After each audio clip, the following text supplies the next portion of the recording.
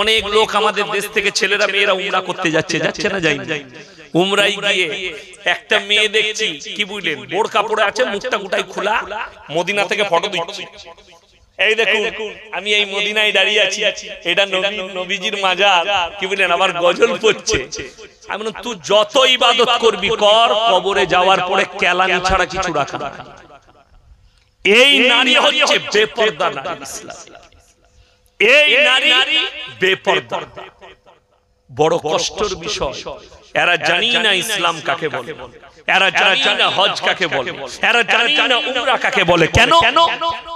তারা তো আর মৌলবীদিকে মৌলবী মনে করে না, তাদের হাদিস কি। এখন তো লোক জানেন আমাদের সমাজে বড় মুফতি সাহেব কে সব থেকে, এই হুজুররাও জানেন, আজকে আমি জানিয়ে দিয়েছি।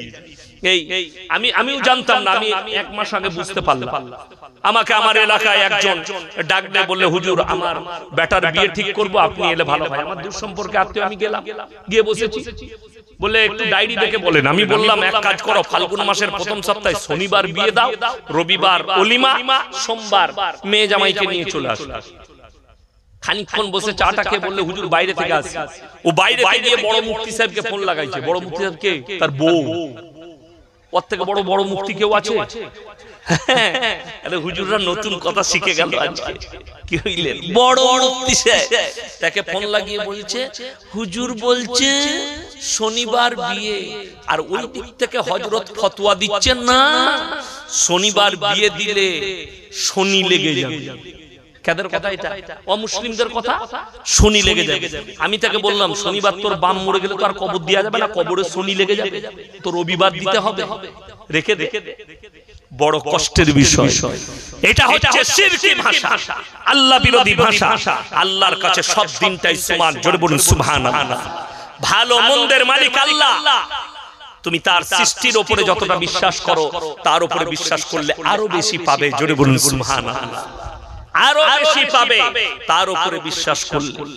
আমার ভাইজান আপনাদের জানা নেই, আমি সেদিনে বলেছি আপনি চলুন দাদা হুজুর পীর কেবলা রহমাতুল্লাহ আলাইহি, তিনি আমাদের একজন বড় আকাবির, পশ্চিম বাংলার মাতার তাজ, জোরে বলুন সুবহানাল্লাহ।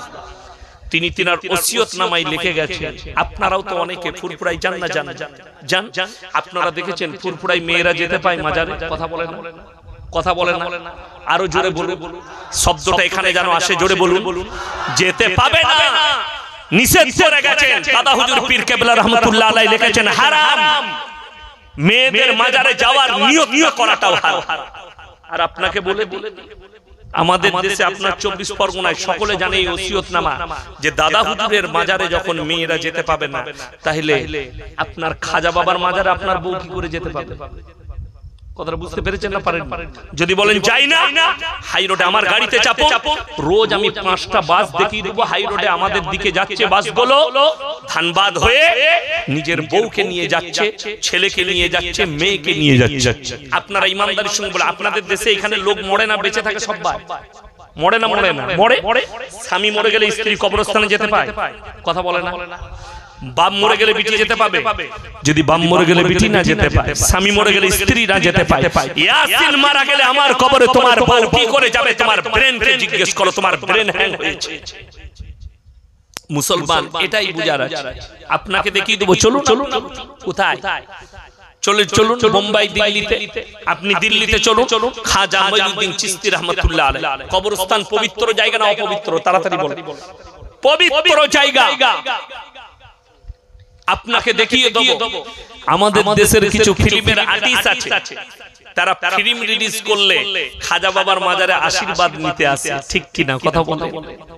তারা বিয়ে করলে, অমিতাভ বচ্চনের ছেলের বিয়ে হয়েছে ঐশ্বর্যা রায়ের সঙ্গে, বিয়ের 1 সপ্তাহ পরে খাজা বাবার মাজারে আশীর্বাদ নিতে এসেছে। ওই দুটো হারামখোরকে জিজ্ঞেস করুন যে পবিত্রতা কি, পাক না পাকি কি, তারা জানেই না।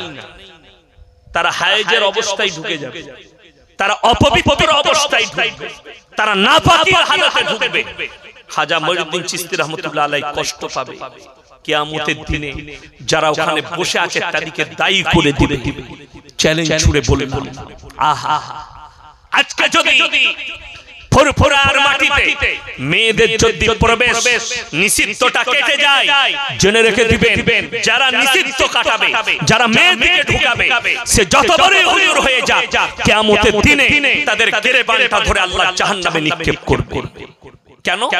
তুমি তোমার আকাবিরদের কথাকে কেটে দিয়েছো, কোরআন আর হাদিসের কথাকে কেটে বদ্দিনীর মধ্যে শামিল হয়েছো। আল্লামা রুহুল আমিন সাহেব রাহমাতুল্লাহ আলাইহি, তিনি আমাদের মাথার তাজ। আপনাদের জানা নাই কত বড় আলিমে দ্বীন ছিলেন, কত বড় মুহাক্কিক ছিলেন। এটা আমরা উলামারা জানি, যারা যার কিতাব পড়েছি, যারা তার ইলমের বহরকে জানি, তারাই একমাত্র জানে যে তিনি কত বড় পণ্ডিত মানুষ ছিলেন পশ্চিম বাংলার একজন। বড় কষ্টের বিষয় মুসলমান আজকে, আপনি তো মুখেতে বলেন আমি মুসলমান, নবীর অনুসারী, কই তোমার আখলাক আর চরিত্র, কই রাসূলের আখলাক, কই আল্লাহর হাবিবের আখলাক, কই সাহাবীদের আখলাক? আল্লাহর কসম, সাহাবীদের আখলাক আর চরিত্র দেখে আমার আল্লাহ নবীজিকে বললেন রাদিয়াল্লাহু আনহু ওয়া রাযু আন, হে আমার নবী, তারা আমার উপরে রাজি, আমি আল্লাহ তাদের উপরে রাজি। জোরে বলুন সুবহানাল্লাহ। তাদের আখলাক আর চরিত্র দেখে আমার আল্লাহ রাজি হয়ে গেলেন। আজকে মুসলমান আপনাদেরকে বলে যায়, বড় জোর অনুরোধ করে যাচ্ছে, আপনাকে দলিল দিলাম, আল্লাহর হাবিব সাল্লাল্লাহু আলাইহি সাল্লাম কেঁদেছেন, আল্লাহ নিষেধ করলেন তুমি দোয়া চাইতে পাবে না ওই মুশরিকের জন্য। আর মুসলমান ছেলে আমাদেরকে জিজ্ঞেস করে, হুজুর দুর্গা উৎসবে যাওয়া যাবে কিনা, দুর্গা পূজায় যাওয়া যাবে কিনা? আমার ভাই, আমাদের দেশের যিনারা হিন্দু ভাই আছে, তাদের সবথেকে বড় বাঙালিদের উৎসব হচ্ছে দুর্গা উৎসব। তিনাদের মা, তিনাদের ঠাকুর, তিনারা উপাসনা করবেন। কিন্তু আমার আল্লাহ কোরআনে অর্ডার দিয়েছে, ইন্নাশ শিরকা লাযুলমুন আযীম, আল্লাহর কাছে যতগুলো পাপ আছে সবথেকে বড় পাপ হচ্ছে আল্লাহ ব্যতীত অপরকে গ্রহণ করা, শিরকের পাপ। আর মুসলমানদের আকীদা এক আল্লাহর প্রতি বিশ্বাস, অনেকগুলো আল্লাহর প্রতি নয়। সকলে জোরে বলুন সুবহানাল্লাহ। আমরা এক আল্লাহই বিশ্বাসী, অনেকগুলো আল্লাহই নয়। তাই আমার ভাই, মিডিয়াদের কাছে অনুরোধ, যারা বাংলার মিডিয়া আছে, রিপাবলিক টিভি, আপনার এবিপি নিউজ 18 বাংলা, আমাদের বয়ানকে নিয়ে কাট করে এটা বলবেন না যে এটা হিন্দু বিদ্বেষী কথা, এটা দেশ বিরোধী কথা। না, আজ পর্যন্ত আমি কোন ধর্মের বিরুদ্ধে বলিনি। আমার হিন্দু অনেক বন্ধু আছে, অনেকজন ফোন করে। আমি গাড়িতে আসছিলাম, আপনাদের 24 পরগনারে, আমি বলবো না কোন জায়গায়, ফোন করেছে, হুজুর আমাকে প্রসেসিং বলে দেন। কিভাবে? আপনার বয়ান শুনতে আমার আর হৃদয় মানছে না, আমি কিভাবে ইসলাম কবুল করবো? জোরে বলুন সুবহানাল্লাহ। আমি তাকে আমার জায়গায় ডেকেছি, আমার মাদ্রাসায় ডেকেছি, তাকে প্রসেসিং এ নিয়ে আসবে আমার কাছে।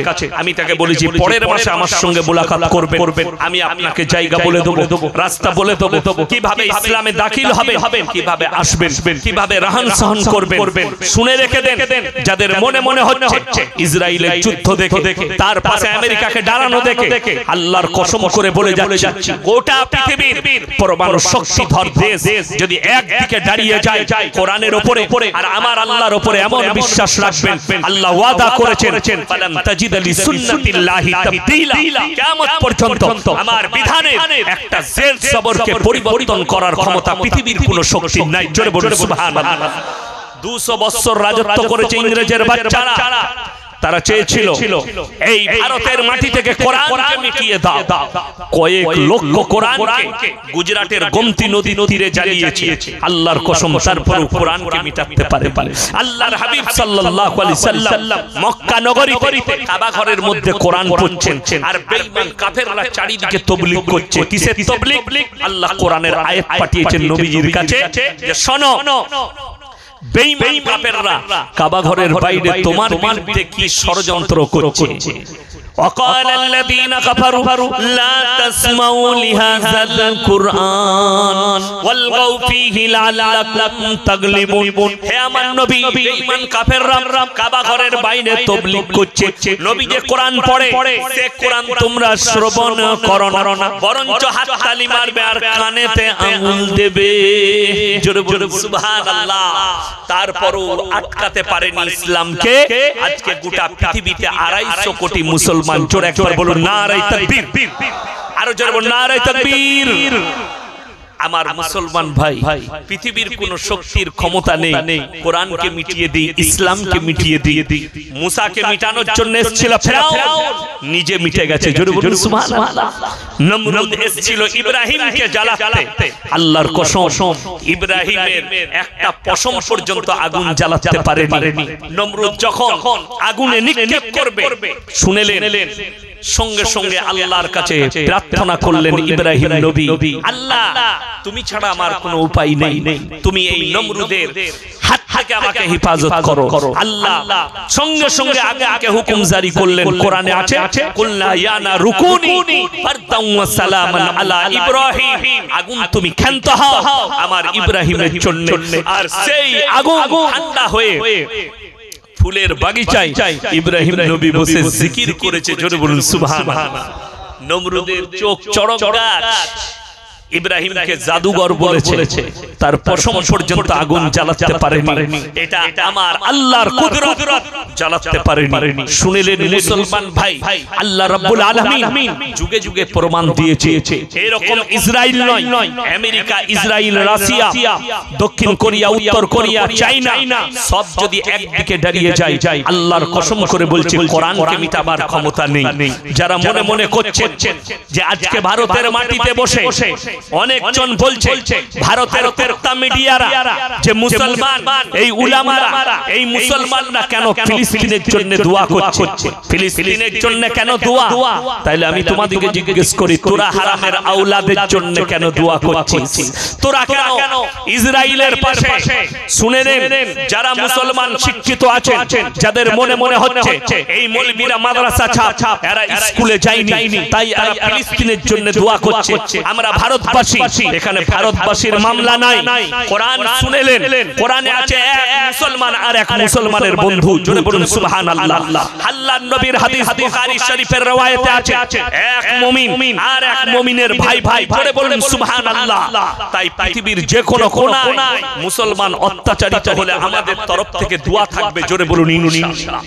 আজকে আমি এই স্টেজে বাইক ক্যামেরা বলে যাচ্ছি, যদি আমাদের গর্দনে বুকেতে গুলি চালিয়ে দাও, তারপরও জেলের কুঠরিতে ভরে দাও, আল্লাহর কসম আমার শেষ দোয়াটা ওটাই বেরোবে, আল্লাহ ফিলিস্তিনের মজলুমকে হেফাজত করো, আল আকসা মসজিদকে বিজয় করে দাও। জোরে বলুন আমিন।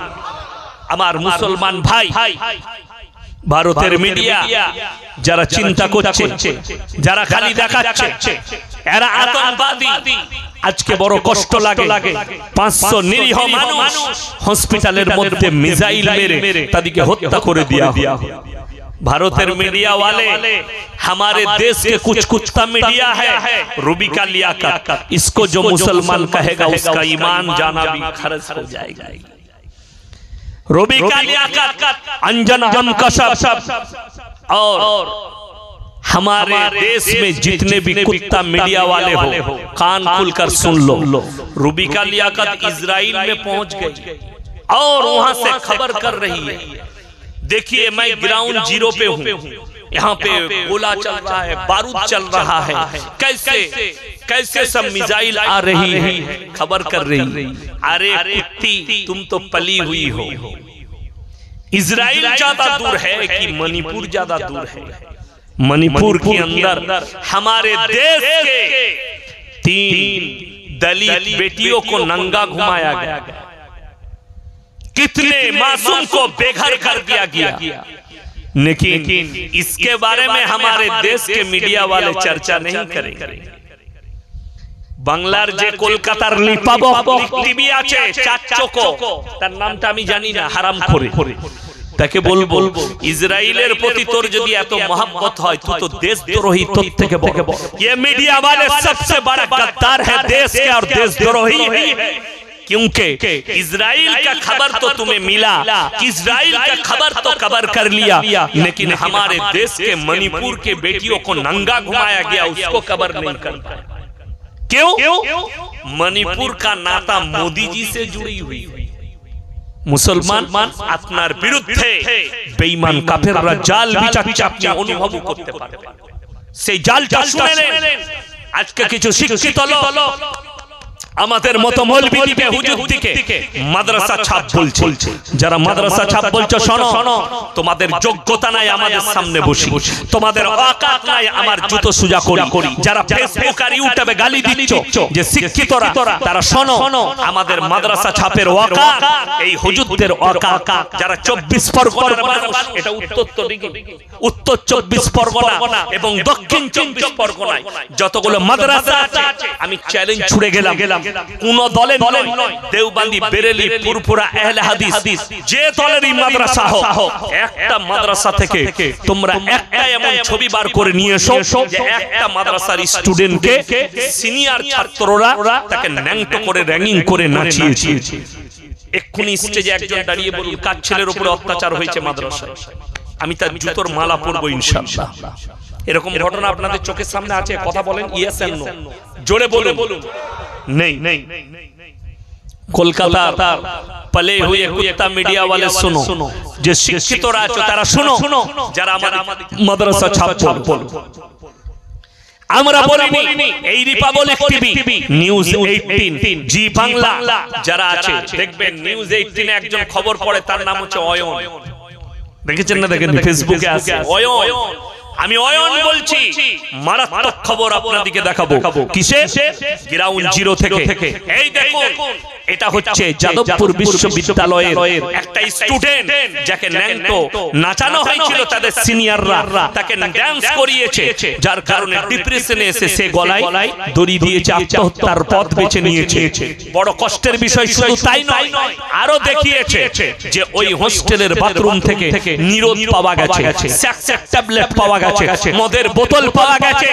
আমি পশ্চিম বাংলার নয়, এই ভারতের মুসলমানদেরকে চ্যালেঞ্জ করলাম, ওই শিক্ষিত দিকে চ্যালেঞ্জ করলাম, যারা আমাদেরকে মাদ্রাসা ছাপ বলছো, একটা মাদ্রাসার বাথরুম থেকে নিরোধ বার করে দেখাও, একটা মাদ্রাসার বাথরুম থেকে সেক্সের ট্যাবলেট বার করে দেখাও, একটা মাদ্রাসার বাথরুম থেকে মদের বোতল দেখিয়ে দাও। আমি শওকতের বেটা মৌলভী ইয়াসিন আল্লাহর কৃপায় জুতোর মালা পরে পশ্চিম বাংলার ময়দানে বয়ান করব, তোমাদের জুতোর মালা পরব। কলকাতায় যাদবপুর বিশ্ববিদ্যালয়ের গেটে দাঁড়িয়ে জুতোর মালা পরব। যদি দেখাতে পারো, আমাদের দেশের কলকাতা প্রশাসন বাবুরা তারা গেছে সিসি ক্যামেরা লাগানোর জন্য, ছাত্ররা আন্দোলন করে বাধা দিয়েছে, লাগাতে দেব না। কেন? সিসি ক্যামেরা লাগিয়ে দিলে আমরা তো ব্যভিচার করতে পারবো না, আমরা তো জৈনচারিতা করতে পারবো না, আমরা তো মদপান করতে পারবো না, আমরা তো র্যাগিং করতে পারবো না, আমরা তো সেক্স করতে পারবো না। তাই তোমরা বাধা দিয়েছো। শুনেলে যারা আমাদেরকে মাদ্রাসা ছাপ বলছেন, মাদ্রাসার অবস্থা বলে দিই। কোরআন নিয়ে আসুন, কোরআন থাকলে খুলে খুলি দেখিয়ে দিতাম, কোরআনের আয়াত পড়ে দিচ্ছি, বাড়িতে গিয়ে দেখবেন। আমার মুসলমান ভাই, আমার আল্লাহ রাব্বুল আলামিন কোরআনে বললেন, ওয়ালা তাকরাবুজ জিনা ইন্নাহু কানা ফাহিশা ওয়া সা সাবিলা। ব্যভিচার করা তো দূরের কথা, যে রাস্তায় ব্যভিচার হয় সে রাস্তার ধারে পাশে যেও না। আজকে এতগুলো মুসলমান ভাই লিখে নিয়ে যান, কলম থাকে তা নোট করুন, তা না হলে কালকে একবার এই ইউটিউব চ্যানেল গুলো, মুসলিম 786 আছে, আবার চ্যানেল আছে, সবাই এই চ্যানেল গুলো খুলে দেখবেন, কালকেই দেখবেন। আমি বলে যাচ্ছি, কতজন আমাকে শিক্ষিতরা গালি দেয়, আর আপনাদেরকে আমি চ্যালেঞ্জ ছুড়ে যাচ্ছি, এই ময়দানে বসে চ্যালেঞ্জ ছুড়ে যাচ্ছি। এতগুলো মানুষ, আপনারা সাক্ষী থাকুন, কিয়ামতের দিনে আল্লাহ আমাকেও ডার করাবে, আপনাদেরকেও ডার করাবে। আমরা মাদ্রাসা ছাত্র, আপনাদেরকে দলিল দিয়ে যাই। জানেন ভারতবর্ষের মাটিতে যতগুলো ইসলামের আর কোরআনের দুশমন পয়দা হয়েছে, সব মুসলমান ঘরে, একটা অমুসলিম ঘরে, সব মুসলমান ঘরে। একটা করে বলে দিচ্ছি, তসলিমা নাসরিন হিন্দু না মুসলিম? তাড়াতাড়ি বলুন জোরে। মুসলিম। জাস্টিস ইনায়েতুল্লাহ মুসলিম। তারিক ফতেহি মুসলিম। আপনার বাংলাদেশের আসাদ নূর মুসলিম। ওয়াসিম রিজভী মুসলিম। আর একটা দুভাষী এখন নতুন মাল বেরিয়েছে, তোবা মাল বলাটাই আমার ভুল হলো, নাউজুবিল্লাহ। একটা মেয়ে ছেলে, তার নাম হচ্ছে নাজিয়া ইলাহি খান, বিজেপির পালা কুত্তা। এই মেয়েটা কলকাতায় বাস করে, এর নাম রেখেছি পোল্ট্রি মুরগি, দুয়াজলা মাল, আধা বিহারি আধা বাঙালি। জন্মটা কি করে হয়েছে আল্লাহ ছাড়া কেউ জানে না। এই মেয়েটা প্রতিনিয়ত আমি ফেসবুকে দেখছি, ইউটিউবে দেখছি, প্রতিনিয়ত ইসলামের বিরুদ্ধে কুরুচিকর মন্তব্য করে বেড়াচ্ছে। ইউটিউবাররা এটা ছাড়বে, সেই হারামের আওলাদের কাছে যেন আমার আওয়াজ পৌঁছায়। যদি हिम्मत থাকে, अगर हिम्मत है तेरे माँ ने अगर हलाल में पैदा किया तो हमारे साथ एक मर्तबा बैठ के दिखा, हम तुमको बताएंगे इस्लाम क्या है, हम तुमको बताएंगे हमारा रसूल कौन है, हम तुमको बताएंगे कुरान क्या है, हम तुमको बताएंगे हमारे रसूल का आदर्श क्या है। মেয়েটার বক্তব্য শুনলে আপনার গায়ের লোম খাড়া হয়ে যাবে। এটা মুসলমানদের মেয়ে, এই মেয়েটা প্রতিনিয়ত ইসলামের বিরুদ্ধে একটার পর একটা বুলি ফুটাচ্ছে, আপনার বিরুদ্ধে, কোরআনের বিরুদ্ধে, ইসলামের বিরুদ্ধে বলে বেড়াচ্ছে। কলকাতায় বাস করে, এর কাছে যেন এই খবরটা পৌঁছায় যে তোর সাথে বসতে চায়। বড় কষ্টের বিষয়।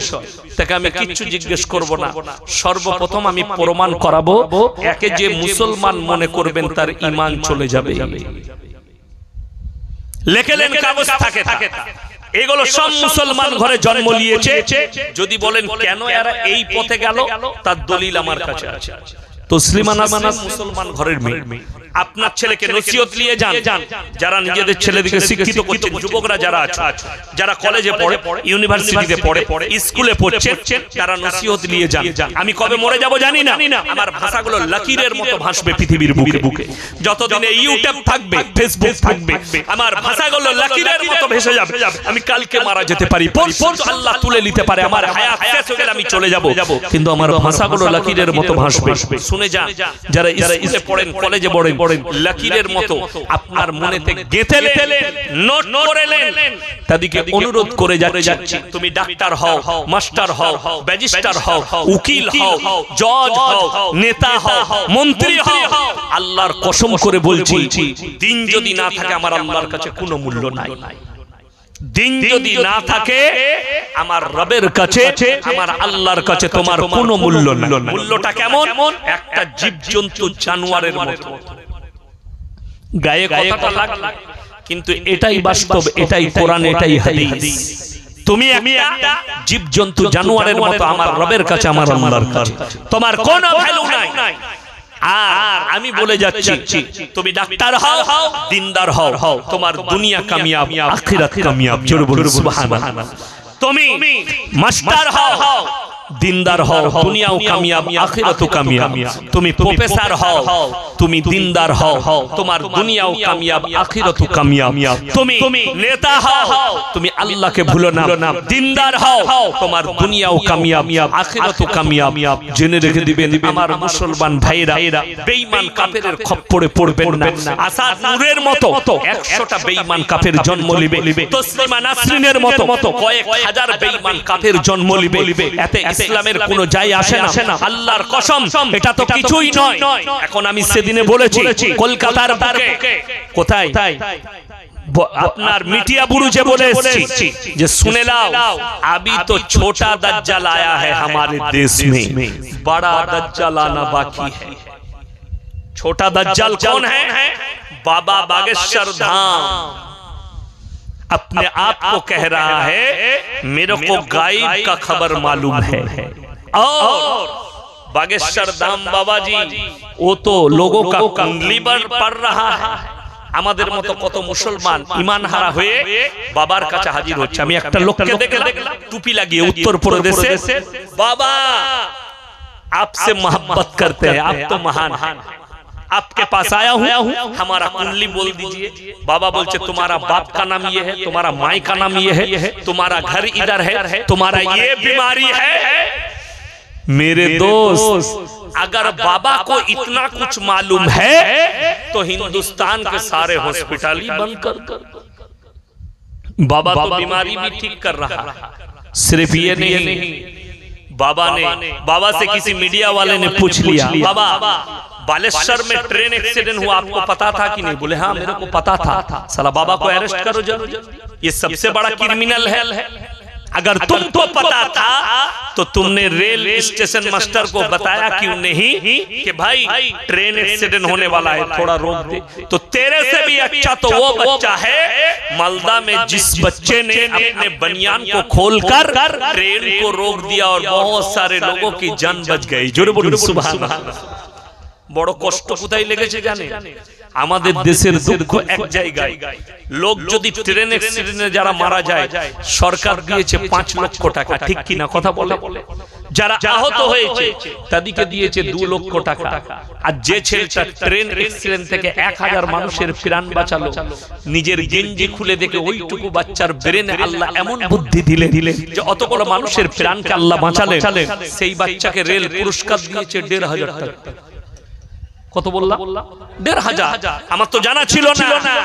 রেল মন্ত্রী যদি বলে দিতেন ভারতের हमारा रेल कर्जे में है, गरीब हो गया हिंदुस्तान के रेल डिपार्टमेंट, तो हम लोग मुसलमान अगर हिंदुस्तान में नहीं सिर्फ बंगाल में 1-1 रुपया दे देते तो कितना, যদি 1 কোটি মানুষ 1 টাকা করে দিত ক কোটি হতো? 1 কোটি টাকা। আচ্ছা আপনারা বলুন, আমাদেরকে যদি সরকার বলতো রেল মন্ত্র যে আমরা টাকা দিতে পারছি না, মুসলমানরা 1 টাকা করে দাও, আমরা দিতাম না? জোরে বলুন, দিতাম ইনশাআল্লাহ। তার মানে রেল গরিব। রেল মন্ত্রী যদি আমাকে বলতো যে আমাদের কাছে পয়সা নাই, আমরা 1500 টাকা দিচ্ছি, আবে 3500 আমার পকেট থেকে দিয়ে কমপক্ষে 5 করে দিতাম, তোদের ইজ্জতটা বাঁচতো। কষ্টের বিষয় এটা। মারা গেলে 5 লাখ, আহত হলে 2 লাখ। যে ছেলেটা নিজের জানের ঝুঁকি দিয়ে ট্রেনের সামনে দাঁড়িয়ে লাল গেঞ্জিটা উড়িয়ে ছুটে গিয়ে ট্রেনটাকে ঢুকে দিল, সেই ছেলেটাকে পুরস্কার দিয়েছে 1500। এর থেকে লজ্জার কিছু হতে পারে? যদি বলেন কেন? এটা কিয়ামতের আলামত। আলামতটা কি? শিক্ষিতরা বসে দেখবে আর অশিক্ষিতরা দেশ চালাবে। এটাই কিয়ামতের আলামত। লেখে এটাকে কেউ কাটতে পারবে না। এটা নবীজির হাদিস। কিয়ামতের আলামতের মধ্যে একটা আলামত, অশিক্ষিত মূর্খরা দেশ চালাবে আর শিক্ষিতরা বসে দেখবে। এটাই কিয়ামতের আলামত। তার প্রমাণ এই রেল দুর্ঘটনাটাকে বাঁচানো। আর এই বাবা বললে हमें मालूम था और सारे लोग मरे गए, लेकिन बाबा ने रेल को रोका नहीं। দ্বিতীয় নম্বর শুনেলেন কেন বললাম ছোটা দাজ্জাল? আবি বড়া দাজ্জাল আনা বাকি। বড় দাজ্জাল যখন আসবে তখন তুমি তোমার ঈমানটাকে কি করে রুখবে? এই খালি কুণ্ডলি বলে দিচ্ছে, যার কারণে মুসলমানের ঈমান নষ্ট হয়ে যাচ্ছে। আর বড় দাজ্জাল যখন আসবে তোমার সামনে আসমান থেকে বৃষ্টি বর্ষণ করে দেখাবে, মুর্দাকে জিন্দা করে দেখাবে। তখন তোমরা তোমাদের ঈমানকে আর কোথায় ধরে রাখবে? তোমরা চিন্তা করো। শুনেলেন আমার নবীজি সাল্লাল্লাহু আলাইহি সাল্লামের পরে কেউ যদি আশ্চর্য জিনিস দেখায়, অবাস্তব জিনিস দেখায়, জেনে রেখে দিবেন ওটা জাদু ছাড়া আর কিছু নয়। জোরে বলুন না সুবহানাল্লাহ। আমাদের বর্ধমানে ধুমধাম করে মুহররম হয়। তো আমাকে একজন বললে, হুজুর আপনারা কিরকম পরেজগার হয়েছে হুজুররা? এমন কেন বলো তো? বলে আগুনের উপরে নামাজ পড়তে পারবেন? আমি বললাম না পারবো। বলে কেন? বলে আমাদের এলাকায় এমন একটা ছেলে এসেছে মুহররমের দিনে আগুনের উপরে মুসল্লা বিছিয়ে নামাজ পড়ছে।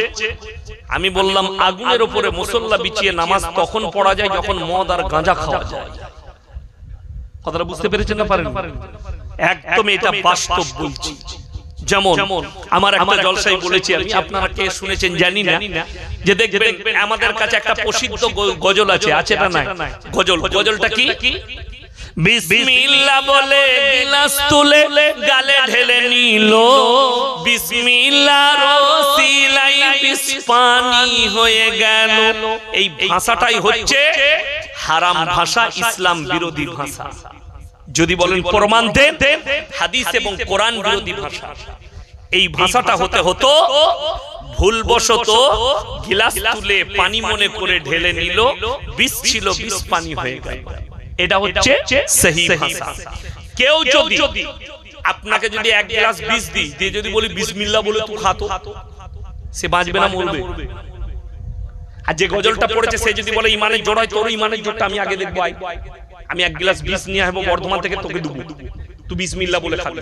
আপনাদেরকে এক্সাম্পল দিচ্ছি। আমি ইয়াসিন, আমি একজন আলেম। আমি যদি বলি আমি কত বড় ওলি যদি তোমরা দেখতে চাও, আমি কারেন্টের তারটা হাত দেবো, আমাকে শর্ট মারবে না। এই চিনে যে এটা ইয়াসিন হুজুর,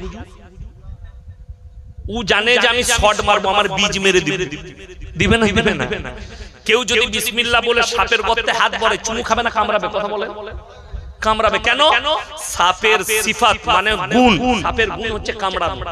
ঠিক কি না কথা বলে সাপের গুণ যদি বলেন ওলি হলে কামড়াবে না তুমি মূর্খর জগতে বাস করছো শুনে রেখে দাও আল্লাহর কসম করে বলে যাচ্ছি হযরত আবু বকর সিদ্দিক রাদিয়াল্লাহু তাআলা আনহু থেকে বড় ওলি পৃথিবীতে কেউ আসেনি ঠিক কি না কথা বলে তার থেকে বড় ওলি পৃথিবীতে কেউ আসেনি আল্লাহর নবী জনাবে মুহাম্মদুর রাসূলুল্লাহ সকলে বলুন একবার সাল্লাল্লাহু আলাইহি ওয়াসাল্লাম তিনি যখন মক্কা থেকে হিজরত করে চলে যাচ্ছেন গুহার মধ্যে নবীজি সাল্লাল্লাহু আলাইহি সাল্লাম হযরত আবু বকরের ডান রানে মাথাটা রেখে ঘুমাচ্ছেন হযরত আবু বকর গুহার মধ্যে ছিদ্র ছিল নিজের রুমালটাকে ছিঁড়ে ছিঁড়ে ছিদ্রগুলো বন্ধ করছেন যাতে কোনো সাপ বিচ্ছু এসে নবীজিকে দংশন না করে দেয় আমাকে না দংশন করে এমন অবস্থায় একটা ছিদ্রে সাপ ছিল হযরত আবু বকর রাদিয়াল্লাহু তাআলা আনহুকে দংশন করলেন যে সাপ আবু বকরকে চিনলো না সে সাপ ইয়াসিনকে কি করে চিনবে কথাটা বুঝতে পারেন যে সাপ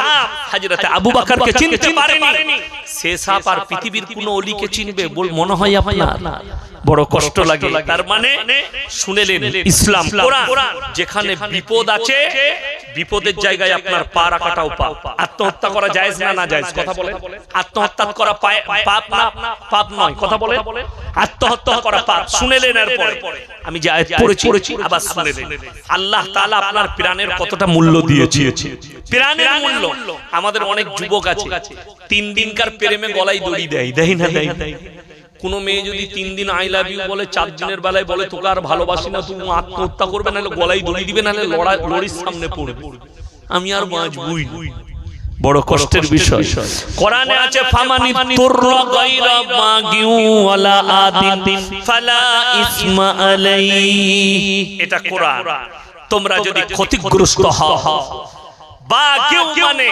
ক্ষতিগ্রস্ত এমন জায়গায় পৌঁছে গেছেন সেখানে আর কোনো খাবার নাই আপনি মারা যাবেন না খেলে সেখানে যদি হারাম জিনিস থাকে শুয়োরের মাংস হোক কুকুরের মাংস হোক অন্য প্রাণীর মাংস হোক সেখানে হারাম জিনিস যদি থাকে অতটা পর্যন্ত খাওয়া যায় যতটা খেলে তোমার প্রাণ বেঁচে যাবে জোরে একবার বলুন সুবহানাল্লাহ ওই জন্য ইসলামে জেনে শুনে বিষ পান করা যাবে না কারেন্টে হাত দেওয়া যাবে না বিপদের সামনে পা বাড়ানো যাবে না সাবধান হতে হবে আচ্ছা বলুন লকডাউনের সময় ঘরে নামাজ পড়েছেন না মসজিদে কথা বলে আরে মসজিদে তোমার গ্রামে পড়েছো শহর টাউন গুলো হয়েছে হয়নি সব বাড়িতে নামাজ পড়ো আপনারা বলুন ফতোয়া লেন বাড়িতে নামাজ পড়লে নামাজ হবে না সকলের নামাজ হয়েছে বিল্ডিং এ জুম্মা হয়েছে ঠিক কি না কথা বলে বিল্ডিং আমি রমজান মাসে বাড়িতে তারাবি পড়েছি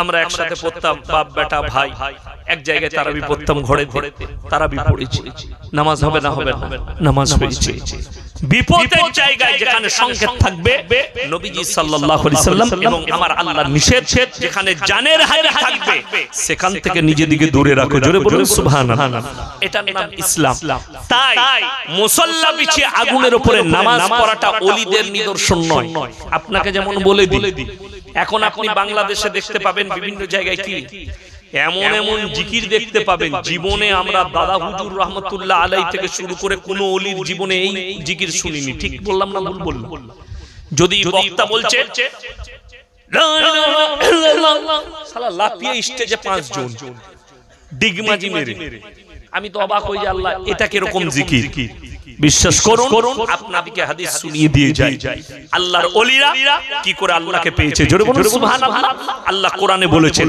তাতাজাফা জুনুবুহুম আনিল মাদাজি ইয়াদউনা রাব্বাহুম খাওফান ওয়া তামা বাংলাদেশের ওই জিলাপি হুজুরের জানা দরকার দিগমাজি মেরে আল্লাহকে পাওয়া যায় না স্টেজেতে লাম মেরে আল্লাহকে পাওয়া যায় না আল্লাহর ওলিরা যারা ওলি হয়েছে কোরআন বলছে তাতাজাফা জুনুবুহুম আনিল মাদাজি ইয়াদউনা রাব্বাহুম খাওফান ওয়া তামা পৃথিবীর সবাই যখন নিদ্রায় চলে যাবে যারা আমার সঙ্গে প্রেম করতে চায় যারা আমার খাস হবে তারা রাতের অন্ধকারে মুসল্লায় চলে এসে নামাজ পড়বে আর আল্লাহর কাছে নিরালায় কান্নাকাটি করবে জোরে জোরে সুবহানাল্লাহ আল্লাহর ওলিরা যতজন ওলি হয়েছেন সবাই নিরালায় আল্লাহর ওলি হয়েছেন আল্লাহর জিকির আজকার করে রাতের বেলায় আমাদের দেশে ওই জন্য আমার জলসাই আছে কলকাতায় 224 পরগনায় হাওড়ায় হুগলিতে দেখতে পাবেন কি শবে বরাতের রাত্রিতে সারা রাত জেগে আছে ঠিক কি না এরা আবার চায়ের দোকানে ফতোয়া দেয় আমাদের হুজুর ঘুমাচ্ছে বে মসজিদে হুজুর তো তোর মতো নামাজি নয় গুটকাখোর নামাজি তোর হুজুর নয় তোর হুজুর ভোরের বেলায় উঠে তাহাজ্জুদে উঠে 12 রাকাত করবে ওটাই সকলের জন্য কাফি জোরে বলুন সুবহানাল্লাহ আর আপনি সারা রাত পড়েছে একবার চা দোকান কবর জিয়ারত করতে যাচ্ছে আর বাইক নিয়ে খালি গুটা মালঞ্চ ঘুরে বেড়াচ্ছে বাইক নিয়ে সারা রাত পান গুটকা সিগারেট আর নামাজ ফজরের সময় যখন মুয়াজ্জিন আজান দিচ্ছে হাইয়া আলাস সালাহ হাইয়া আলাল ফালাহ তখন এরা বলছে আমরা সবাই পালাই আমার মুয়াজ্জিন তুরা দুজনের পরে যা পারবি চালা ইমাম সাহেব বলছে কি ব্যাপার তোমরা ফজরে ফরজ নামাজ পড়বে না বলবে না আবার আগামী বছরে দেখব ও খালি একদিনের নামাজি শবে বরাতের রাতে তো কেলানি খাবে না খাবে না আর ইমাম শুনেলেন শবে বরাতের রাত্রি তাদের জন্য যারা 365 দিন ঈশার নামাজ জামাতে পড়ে যারা 5 ওয়াক্তের নামাজি তাদের জন্য তুমি একদিনও নাই তুমি বলছো শবে বরাতের রাতে ফাটিয়ে দেব তোর নামাজটা মেম্বার পেরবে না আর যারা 5 ওয়াক্তের নামাজি তারা 4 রাকাত পড়ালি তাদের কামিয়াব পুরো রাত্রি জোরে বলুন সুবহানাল্লাহ আমাদের সমাজের লোক তাহাজ্জুদই বুঝে না ওই জন্য হুজুরের মুখ থেকে শুনেছি তাহাজ্জুদের নামাজ পড়তে হয় এই রাত 11টার সময় বউকে বলছে চা করে দে তো কি হলো গো বলে আমি তাহাজ্জুদ করব মসজিদে বগলে বালিশ নিয়ে মসজিদে হাজির কি বুঝলি বউ একা পড়ে আছে ও মসজিদে আল্লাহ আল্লাহ করছে ঝাঁটা জুতো খাবি কবরে আমার নবীজিকে আল্লাহ এই নামাজ শিক্ষা দেয়নি কোরআন খুলেন সূরা মুজাম্মিল আল্লাহ তাআলা শিক্ষা দিলেন তুমি কেমন করে আমার কাছে ইবাদতে দাঁড়াবে জোরে বলুন সুবহানাল্লাহ আল্লাহ প্রথমেই প্রশংসা করলেন কোরআনে নবীজি আল্লাহর হাবিব সাল্লাল্লাহু আলাইহি সাল্লামের যে প্রশংসা আল্লাহ করেছেন পৃথিবীর কোন নবীর পয়গম্বরের প্রশংসা আমার আল্লাহ এত সুন্দরভাবে করেননি জোরে বলুন সুবহানাল্লাহ ইয়া আইয়ুহাল মুজাম্মিল আল্লাহ বললেন কুমিল লাইলা ইল্লা কালিলা তুমি যখন কম্বল আবৃত্তি করো কম্বল গায়ে দাও আর যখন মেম্বারে বসো পৃথিবীর কোন রাজা বাদশাকে তার সিংহাসনে এত ভালো লাগে না তোমাকে মেম্বারে এত সুন্দর লাগে আল্লাহ প্রশংসা করে বললেন জোরে বলুন না সুবহানাল্লাহ আমার আল্লাহ নিজে প্রশংসা করলেন নিজের রাসূলের নবী ইয়া আইয়ুহাল মুজাম্মিল কুমিল লাইলা ইল্লা কালিলা এরপরে বললেন উঠে পড়ুন নিসফহু আযীম কুসমিনহু কালিলা নিসফ মানে হচ্ছে অর্ধেক কোরআনে অর্ধেক কিংবা তার থেকে একটু বেশি তাফসীরের মধ্যে আছে তোমরা উঠে পড়ো আর আল্লাহর ইবাদতে মশগুল হয়ে যাও রাত্রি 1টা কিংবা 1:30টার পরে তাহাজ্জুদের জন্য উঠো তোমার বিবিরও হক আদায় হবে আল্লাহরও হক আদায় হবে রাত 11টায় মসজিদে চলে গেলে 11:30টায় মসজিদে চলে গেলে বিবির হক বিবিকে দিলেন না বিবি বঞ্চিত হয়ে গেল ওই জন্য মুসলমান শুনেলেন আপনি যদি মনে করেন রাত 2টোই উঠবো তাহাজ্জুদে আপনি রাতের বেলায় যখন তাড়াতাড়ি এশার নামাজ পড়ে খানা খেয়ে বিবির গলায় হাত রেখে যদি শুয়ে থাকেন বিবির গলা জড়িয়ে যদি শুয়ে থাকেন তাহাজ্জুদ পর্যন্ত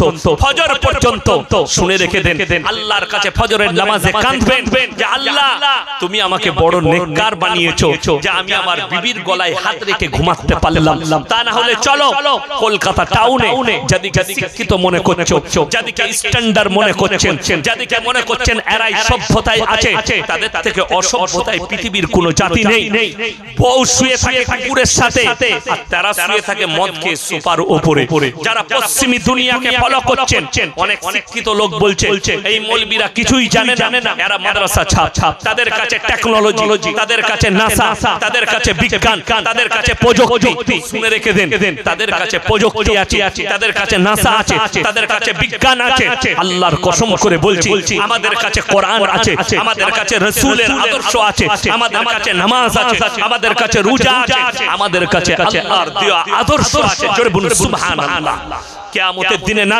টেকনোলজি কাজে আসবে না তোমার নাসা না তোমার বিজ্ঞান আপনাদেরকে বলে দিই পৃথিবীর সঙ্গে পরিবর্তনটা কিভাবে পরিবর্তন হচ্ছে আপনার আমার আখলাক চরিত্র আজকে দেখুন আমাকে আপনারা যদি জিজ্ঞেস করেন হুজুর আপনি কে তো আমি আমার বাপের নাম করব না মায়ের নাম তাড়াতাড়ি বলুন বাপের নাম। আল্লাহ তাআলা ইনসানের পরিচয় দিয়েছে কার দ্বারা? কার দ্বারা? বাপের দ্বারা। বাপের দ্বারা না বাপের দ্বারা নয়, ইনসানের পরিচয় বাপের দ্বারা, মায়ের দ্বারা নয়। আচ্ছা, আপনাদের এখানে গায়ের বাচ্চা হলে ষাঁড়ের বাচ্চা বলে না গায়ের বলে? কথা বলে? কার বাচ্চা বলে? গায়ের বাচ্চা। কুকুরের বাচ্চা হলে কেন? একটা গাই যখন চড়তে যায় মাঠে, তার পালের মধ্যে থাকে 40টা যদি গাই থাকে, দুটো যদি 3টে ষাঁড় থাকে, সেই ষাঁড়গুলো সকলকে জিনা করে, করবে না করবে না? কথা বলে? কার বাচ্চা কেউ জানে না কোন ষাঁড়টা তার সঙ্গে মিলামিশা করেছে। এটা আল্লাহ জানোয়ারের পরিচয় দিয়েছে। একটা জানোয়ারের পরিচয় তার মায়ের দ্বারা, ইনসানের পরিচয় আল্লাহ দিয়েছে বাপের দ্বারা। জোরে বলুন সুবহানাল্লাহ। তাই ইনসানকে পৃথিবীর মধ্যে সব থেকে উত্তম রূপে আল্লাহ সৃষ্টি করেছেন ইনসান। জোরে বলুন সুবহানাল্লাহ। এরপরে চলুন, লন্ডন, আমেরিকা, জাপান, জার্মান, উত্তর কোরিয়া, দক্ষিণ কোরিয়া, চায়না, অস্ট্রেলিয়া, আপনার যতগুলো বেঈমান কাফেরের দেশ আছে, ইহুদি নাসারাদের দেশ আছে, সবাই তাদের পার্লামেন্টে পাস করিয়েছে এরপর থেকে আমাদের দেশে ছেলেরা নিজের মায়ের পরিচয়ে বাঁচতে পারবে। তার মানে তাদের মধ্যে আর জানোয়ারের মধ্যে কোনো পার্থক্য রইল না। তার মা রাস্তায় যাবে, যার সঙ্গে পারবে জিনা করবে, পার্কে হোক রাস্তাঘাটে হোক জিনা করবে। তারপরে যে বাচ্চাটা হবে সে মায়ের পরিচয়ে বাঁচবে। তার মানে তার আর কুকুরের মধ্যে পার্থক্য নাই, তার আর শুয়োরের মধ্যে পার্থক্য নাই, তার আর গরুর মধ্যে পার্থক্য নাই। আর আল্লাহ আপনার আমার জানোয়ারের সঙ্গে পার্থক্য দিয়েছে যে ইনসানের পরিচয় হবে বাপের দ্বারা, মায়ের দ্বারা নয়। আমাদের পরিচয় বাপের দ্বারা। অনেক মেয়েরা মনে মনে করে একটা পুরুষ 4টা পর্যন্ত বিয়ে করতে পায়, কিন্তু একটা মেয়ে কেন 4টা স্বামী রাখতে পারবে না? শুনেলেন হযরতে ইমাম আবু হানিফা রাহিমাহুল্লাহর কাছে কিছু মেয়ে এলেন, একটু পানি ঢালুন তো। কিছু মেয়ে এলেন আর প্রশ্ন করলেন, হে ইমাম আপনি উত্তর দেন, কি একটা ছেলে 4টা বিয়ে করা জায়েজ আছে, কিন্তু একটা মেয়ে কেন 3টে বিয়ে করতে পাবে না? 4টা বিয়ে, 4টা পুরুষ রাখতে পাবে? উত্তর কত সুন্দর দিয়েছিলেন জানেন? তিনি পেরেশান হলেন, বলে এই উত্তর আমার কাছে নেই, কালকে এসো, কালকে উত্তর দেব। তো তারপরের দিন মেয়েরা আসবে, ইনি বাড়ি চলে গেলেন, খানা খেতে বসেছে। মেয়ে দেখলো আব্বাজি খুব পেরেশান, সঙ্গে সঙ্গে তার আব্বাজিকে জিজ্ঞেস করছে, আব্বা আপনি এত পেরেশান কেন? বললে, মা আমি খুব বিপদে পড়েছি, মেয়ের একটা প্রশ্ন করেছে, উত্তর দিতে পারি। তার মেয়ে বললে, কালকে আমার কাছে পাঠা, বিসমিল্লাহ, আমার কাছে পাঠান। বলে উত্তর দিতে পারবে? একদম অবশ্যই, 100%। তারপরের দিন যখন মেয়ের কাছে এসেছে, কি বুঝলেন? ইমাম আবু হানিফা রাহিমাহুল্লাহ বললে, তোমরা আমার বাড়িতে চলে যাও, আমার মেয়ের কাছে সেই উত্তরটা দিবে। মেয়েরা এসে বললে, বলুন একটা মেয়ে কেন 4টা পুরুষ রাখতে পাই না? একটা পুরুষ 4টা মেয়ে রাখতে পাবে। আচ্ছা আপনারা বলুন, একটা পুরুষ যদি 4টা বউয়ের সঙ্গে 4 দিন মিলামিশা করে, 4 জনের বাচ্চা হলে ডাউট থাকবে যে এই বাচ্চাটা কার? কথা বলে? 4টাই বাচ্চা কার থাকবে? একটাই বাপের থাকবে? থাকবে না থাকবে না? একটাই বাপের থাকবে। শুনলেন? আগে চলুন। ইমাম আবু হানিফা রাহিমাহুল্লাহর মেয়ে বললেন, তোমরা এক কাজ করো, সবারই হাতে একটা করে কাটোরা ধরিয়ে দিলেন, বাটি। বললে, তোমরা নিজের স্তনে 1 বাটি করে কিংবা তার থেকে কম তোমরা যতটা পারবে দুধ বার করে নিয়ে এসো। সবাই নিয়ে এলো, একটা পাত্রের মধ্যে সমস্ত দুধগুলো ঢেলে দিলে। তারপরে বললেন, তোমরা সবাই নিজের নিজের দুধ বার করো। সবাই ব্যর্থ। বললে, হে তুমি কেমন মেয়ে, পাগল নাকি? এই দুধগুলো কি আর বার করা যায়? সঙ্গে সঙ্গে বললে, হে পাগল নারী, তোমার কি বুদ্ধি নেই? হে পাগল নারীরা, যেমন তুমি দুধকে বার করতে পারবে না, সেই যুগ ছিল টেকনোলজির যুগ ছিল না, আধুনিক যুগ ছিল না, ডাক্তারির যুগ ছিল না, সেই যুগে তিনি পরামর্শ দিলেন, একটা মেয়ে তোমরা যদি 3টে স্বামী রাখো, এই বাচ্চাটা নিয়ে এই ঝামেলায় দাঁড়াবে যে বাচ্চাটা কার। তাই একটা মেয়ে 4টা পুরুষ রাখতে পারে না, একটা পুরুষ 4টা মেয়ে রাখতে পারে। জোরে বলুন সুবহানাল্লাহ। এরপর যদি বলেন, আমি দেখলাম আসামের মুখ্যমন্ত্রী হিমন্ত বিশ্ব শর্মাজি তিনি একটা প্রোগ্রামে বলেছেন যে এই মুসলমানরা 4-4টা বিয়ে করে, इसके ऊपर भी कानून होनी चाहिए। আমি তো বলবো আসামের মুখ্যমন্ত্রীকে একটু ভালো করে স্টাডি করবেন, তারপরে বক্তব্য দিবেন। তা না হলে আমি তো ভাবি এর থেকে বড় মূর্খ আর পৃথিবীতে কেউ নেই, এর থেকে বড় অশিক্ষিত আর পৃথিবীতে কেউ নেই। তা না হলে আমাকে যদি পছন্দ না হয়, তুমি কোনো ভালো তোমার জানা মতো মুসলমান স্কলারের কাছে বসো, যে তারপরে কোরআন হাদিসের জ্ঞান নাও। ইসলামে 4টা বিয়ে জায়েজ করেছে। বিয়ে হয়েছে তো কটা বউ? একটাই। তোমার একটাই। আপনার কটা? একটাই। আমারও একটাই। 4টা কার আছে? হাত তুলেন। কারো আছে? আরে না, হ্যাঁ বলুন। নেই। এটা জানা দরকার। 4টা বিয়ে ইসলামে জায়েজ আছে। জোরে বলুন সুবহানাল্লাহ। কেন? আল্লাহর কসম করে বলছি, শুনে যান ইতিহাস। আল্লাহ তাআলা দুনিয়া শুরু থেকে কিয়ামত পর্যন্ত প্রত্যেকটা বায়োডাটার আল্লাহ কোরআনের ভিতরে ভরে দিয়েছেন। জোরে বলুন সুবহানাল্লাহ। আচ্ছা আপনারা বলুন, মানুষ কতটা পাপ করবে, কত দূর এগোবে, আমার আল্লাহ জানেন না? জানেন না? কথা বলে সব জানেন। যাদের মনে হচ্ছে আল্লাহ জানেন না, তারা শুনেলেন, ইন্নাল্লাহা লা ইয়াখফা আলাইহি শাইউন ফিল আরদি ওয়ালা ফিস সামা। যাদের মনে হচ্ছে আল্লাহ কিছুই জানে না, তারা শোনায় আয়াতটা, সূরা আলে ইমরান প্রথম পৃষ্ঠা। হে আমার নবী বলো, আসমান আর জমিনের মধ্যে যা কিছু আছে, কোন জিনিসটা আমার আল্লাহর কাছে গোপন নাই। জোরে বলুন সুবহানাল্লাহ। এখানে তাফসীরের মধ্যে আছে, আসমান আর জমিনের মধ্যে যা কিছু আছে কোনটাই আমার কাছে গোপন নেই। আল্লাহ তাআলা পুরো সৃষ্টি করে দিয়েছেন। বিজ্ঞান যেটা পায়, বিজ্ঞান মানে সৃষ্টি নয়, আবিষ্কার মানে সৃষ্টি নয়। আবিষ্কার মানে হচ্ছে খুঁজে পাওয়া। আবিষ্কার মানে কি বললাম? খুঁজে পাওয়া। আবিষ্কার মানে সৃষ্টি ভাববেন না, আবিষ্কার মানে হচ্ছে খুঁজে পাওয়া। তাই আমার আল্লাহ রাব্বুল আলামিন পৃথিবীতে সব কিছু দিয়ে দিয়েছে। চলুন আগে। এখন বর্তমান যুগে আপনারা জানেন, মোবাইলে আমি কালকে অ্যাড দেখছিলাম, কলকাতা নামটা করব না, একটা হসপিটালে আমি নাম করে লিখছি, নাইলে এখানে আমার নামে কেস ঠুকবে। কি বুঝলে? কেন? ভারত সরকার জায়েজ করার দিয়েছে, কিন্তু ইসলাম শরীয়তে জায়েজ নাই। কি শুনেছেন? যারা নিঃসন্তান, যাদের বাচ্চা হয়নি, এরকম লোক আছে না নাই? 10 বছর 12 বছর বাচ্চা হয়নি, কথা বলেন আছে না নাই? আছে। ছেলে হয়নি, তাদেরকে পরামর্শ দিচ্ছে, তাদের আর কোনো চিন্তার কারণ নেই। তারা কি করবে? তোমরা আমাদের কাছে এসো, টেস্ট টিউব মেশিনের বাচ্চা, স্বামীর বীর্য নেওয়া হবে, অন্য একটার মেয়ের বীর্য নিয়ে মেশিনে ভ্রণ তৈরি করে তোমার স্ত্রীর পেটে ভরে দেওয়া হবে। সেই বাচ্চাটা 7 মাস বয়স হলে অপারেশন করে তুলে নেওয়া হবে, সিজার করে সেটাকে কাঁচের ঘরে রাখা হবে। তার বয়স যখন 1 বছর দাঁড়াবে, বাচ্চাটা যখন ছটফটে হয়ে যাবে, তুলে বার করে দিবে। যদি শরীয়ত জিজ্ঞেস করেন, ইসলামের পরিভাষায় জিজ্ঞেস করেন, এই বাচ্চাটা ইসলাম বলছে নাজায়েজ বাচ্চা, হারাম আওলাদ, ইসলাম এটাকে কখনো হালাল স্বীকৃতি দেবে না। শুনেলেন? যদি বলেন হালাল পদ্ধতি কি? ওই জন্য তোমার স্ত্রী যদি বন্ধা হয়, তুমি আর একটা বিবাহ করো, যদি তোমার প্রথম স্ত্রীর বাচ্চা না হয়, কিন্তু শব্দ আল্লাহ মধ্যখানে রেখেছেন, দুটো বিয়ে করতে পারো। কিন্তু যদি তোমাদের মনেতে সন্দেহ হয় দুটো বিবিকে আমি সমান চোখে দেখতে পারবো না, তখন তোমাদের জন্য একটাই বিবি যথেষ্ট। জোরে বলুন সুবহানাল্লাহ। একটাই বিবি, যদি মনে সন্দেহ হয়। যাদের দুটো বউ আছে তারা শুনে যান, যদি মসজিদে ফার্স্ট কাতারে নামাজ পড়েন, আর যদি আপনি একটা বউকে 500 টাকা দামি শাড়ি আর একটা বউকে 300 টাকা দেন, লেকে নিয়ে যান, কবরে গিয়ে কেলানি ছাড়া আর কিছু পাবেন না।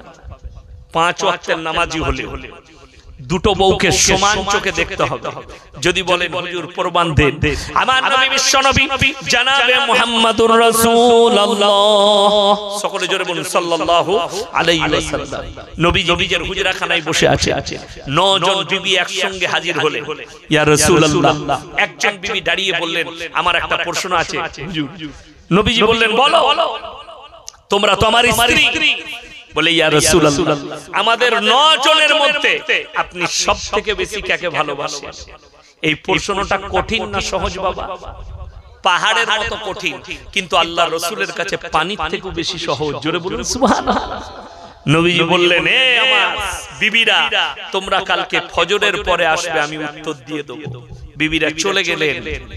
আমার নবী বিশ্ব নবী এশার নামাজ পড়ে প্রথমেই ঢুকলেন মা আয়েশার ঘরে।